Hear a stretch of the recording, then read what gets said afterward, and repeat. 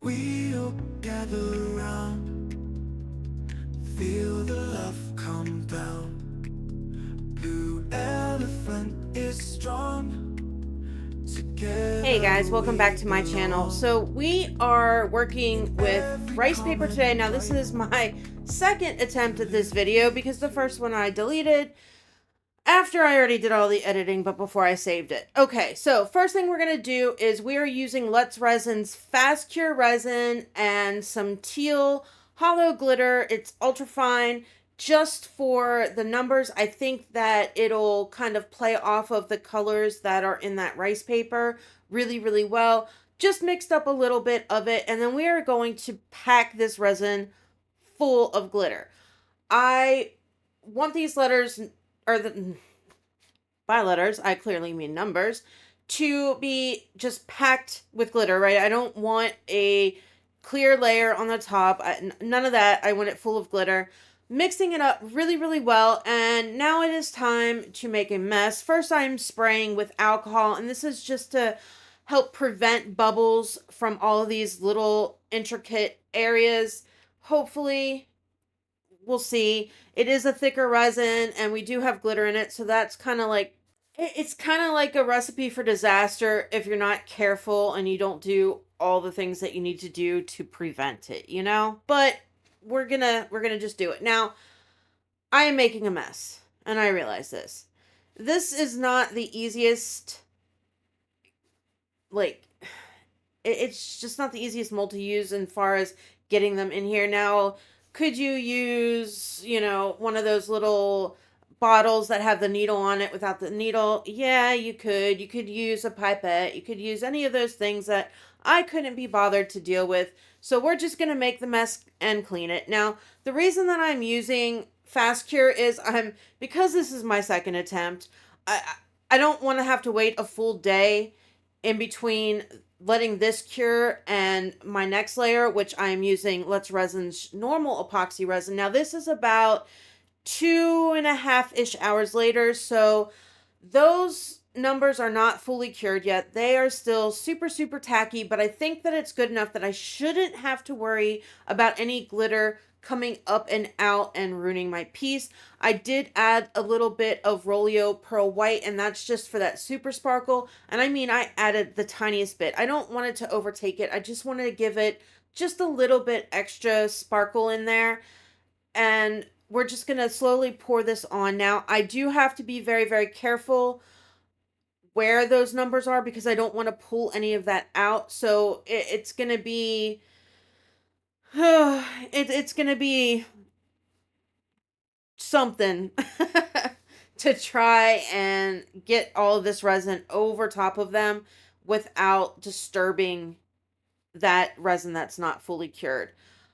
I am going to hit it with my heat gun, and this is just to kind of warm up the resin. I don't need to necessarily worry about bubbles. Like, Let's Resin is really, really good for that. And it's a very thin layer, so there shouldn't be any issue with any bubbles that are in there from me mixing it coming up to the surface and popping.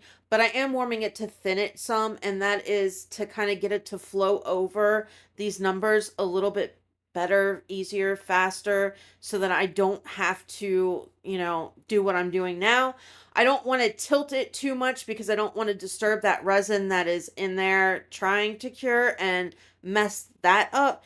Now, of course, I needed a little bit more resin in here because it didn't quite cover over. So I did mix up about another 1.5 ounces off camera and add that in there. I didn't add any more pearl white to it. I just put in just a straight clear resin just to kind of finish filling that up. You really didn't need to see it. It's nothing, crazy that I'm doing. Now, where that 7 is, I do have an issue with some of the glitter, and I don't know if I hit it, if I don't know, but some of it started kind of coming up and out and into my piece. So I did take a Q-tip and kind of got out as much as I could. I mean, if a few are in there, I don't think it's going to matter a crazy, crazy amount because we are going to be doing other things to it. So it's not going to be straight up clear like this, but we'll see. All right, so now we are 24 hours later. It is time to add our rice paper. I'm just going to go through cutting out each little thing. Now, I wasn't sure exactly how I wanted to kind of put these images in here. I didn't want it like straight up and down and boring. I was trying all different kinds of stuff. Like it honestly took me probably a good 20 minutes or so even after cutting it out, because it's not like I'm just like my mind's blank as I'm cutting this out. I'm trying to figure out what the hell to do with these to make it look good, to make it not look stupid, and to be able to kind of recreate the last video. The images are different. I mean, completely different, but I kind of wanted the same baseline so that when you see it at the end, you can be like, okay, I know exactly what she did to achieve this. Like, everything is the same with the exception of the colors that I chose, obviously, and the rice paper, like the image on it. All right, so fiddling around, trying to figure out the best way to put these in here. Really not loving the square effect. Like, I wasn't happy with it, and I wanted the images to go kind of everywhere.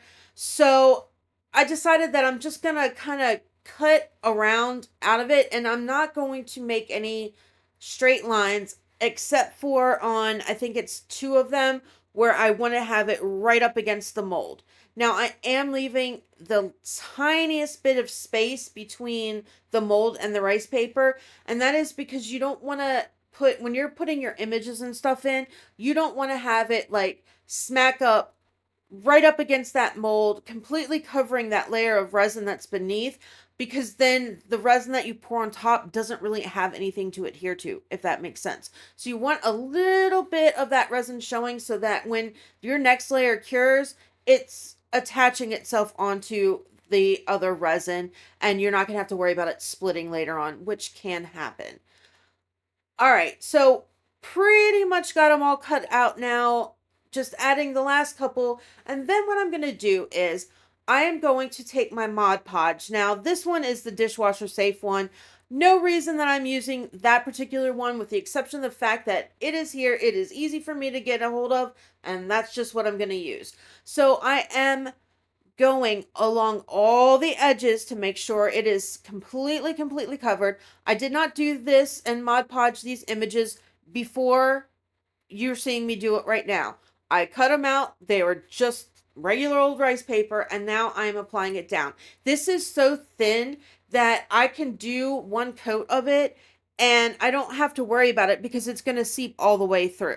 So it's acting in two ways. One, it's protecting my paper, right? Two, it is gluing it to the surface. So now I don't have to worry about bubbles getting underneath of it because it's already covered. Now, the other thing with rice paper is it is very translucent kind of paper. So depending on what backing you decide to put down, you can actually like lose your image in it if you go the wrong color. So what I decided to do is I am painting all of these white. And that's going to kind of keep my image in there a little bit so that whatever I decide to back with. Now, obviously, I'm not going like crazy dark or anything like that. It doesn't fit the image. It doesn't fit the feel of the clock. So that's not what I'm going to do. But this way, I don't have to worry about any other color kind of seeping through, not like actually being absorbed into the rice paper, but you being able to see it through the translucency of that rice paper, if that makes sense.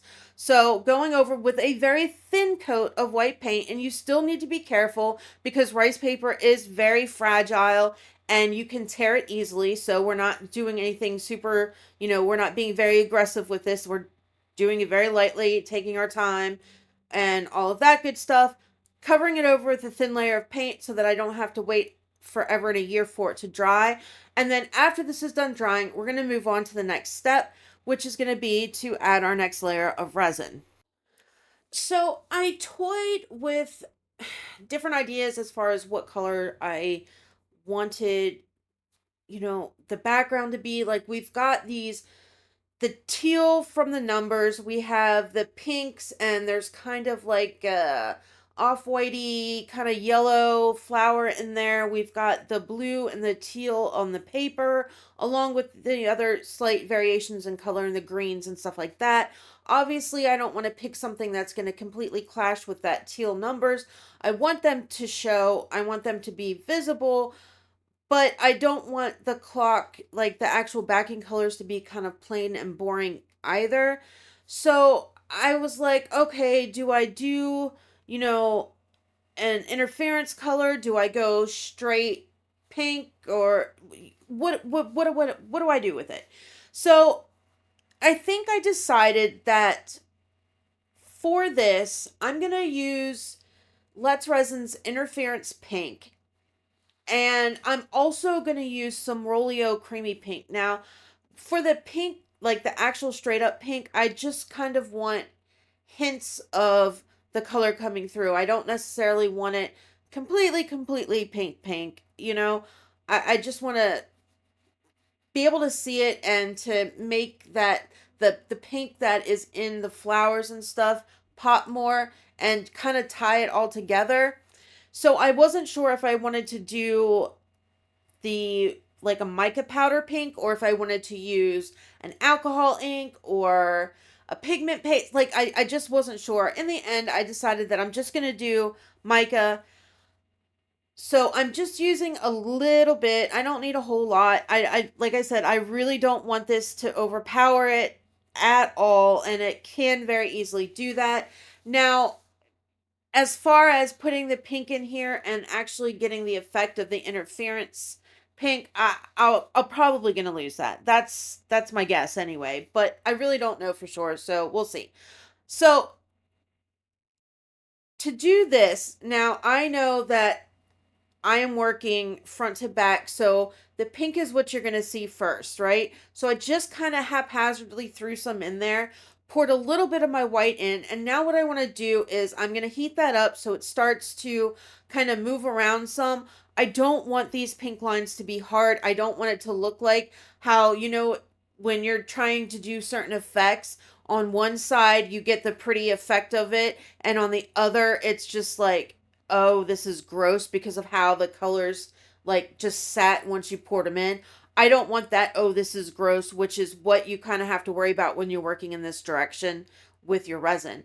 Now, that is why I kind of went in there with my dotting tool and went over the pink just to kind of fan it out a little bit so that I don't have any harsh lines and it kind of blends in a little bit more. And I'm kind of doing it in layers like this. So add the pink, add the white, heat it up, mix it up a little bit, add a little bit more pink in there, and heat it up, push those colors out, make them fan, make them start spreading and moving and getting rid of harsh lines.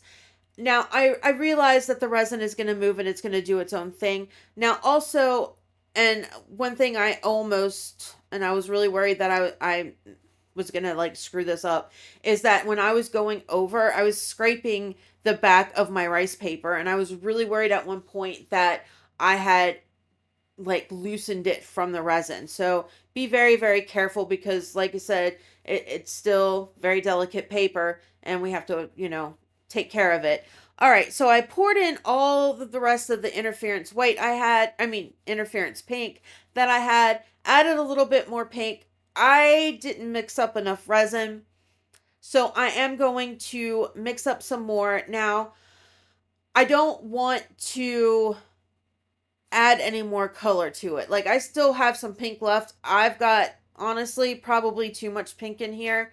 So I'm just going to mix up some more, and I am going to put it in clear. And I'm doing the clear in hopes that maybe I'll get some kind of design that that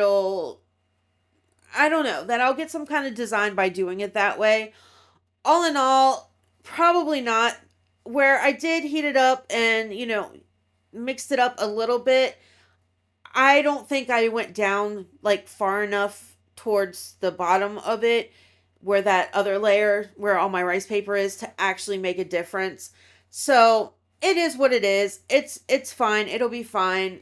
I don't want any clear spots either. Okay. Anyway, 24 hours later, now it's time to demold this and see what we got going on, how it worked out, and all of that good stuff. And hopefully my color choices were spot on. We'll see. Okay, so it looks really pretty.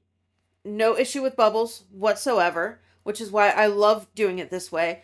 Now I'm going to do the same thing I did in the other piece, and I'm going to treat it almost like how you would a geode, where you like get your paint pen and you kind of outline the certain things and whatever and the shapes, and so something like that, right? Now, my only issue with this piece is I don't feel the numbers stand out enough, and that is probably because I put the pictures behind it. In my other piece that you'll see here when I do the glamour shots, I don't do that. I have the picture predominantly on one side, and on the other side where it's not behind the numbers. So there's nothing interfering with the numbers and the background. Right now, where yes, it is pretty, and I think it's still a beautiful piece, right? It's you kind of lose it. It's like too much going on in that area. That's the problem that I see with this. Now, could I do something else with the numbers? Maybe highlight them in silver or something? Yeah, probably. But the numbers are so thin that I don't feel like you can actually just outline them without covering up the whole thing. And I think I did this on another one that I had made a while back, where I started out doing it because I didn't like how the numbers were, and then I ended up just losing like everything that I put into the numbers to make them look that way. I lost it all because I had to cover it up. Anyway, I mean, that's pretty much it. The main point was how to get the rice paper in there, and this translates to all kinds of different things. I've done the same method with actual like pictures too, and it works fine. Not working backwards, working front up though, like the opposite way, so I don't know if that makes a difference. But anyway, I'm gonna assemble this thing and show you the glamour shots. But that is pretty much a wrap on this one, guys. Like, subscribe, share, all that good stuff. I will see you guys on Saturday in the next one. Love ya. Bye. Together we belong. In every comment, right? You lift me to new heights. Your support, it's clear, gives me reason to cheer. Blue Elephant Crew, this one's out for you. You make dreams come true with everything you do. Each subscriber's heart playing a vital part. Videos we share, showing how much we care. Likes and shares, they grow. You make the channel glow. Every single view, I owe it all to you. Blue Elephant Crew, this one's up for you. You make dreams come true with everything you do.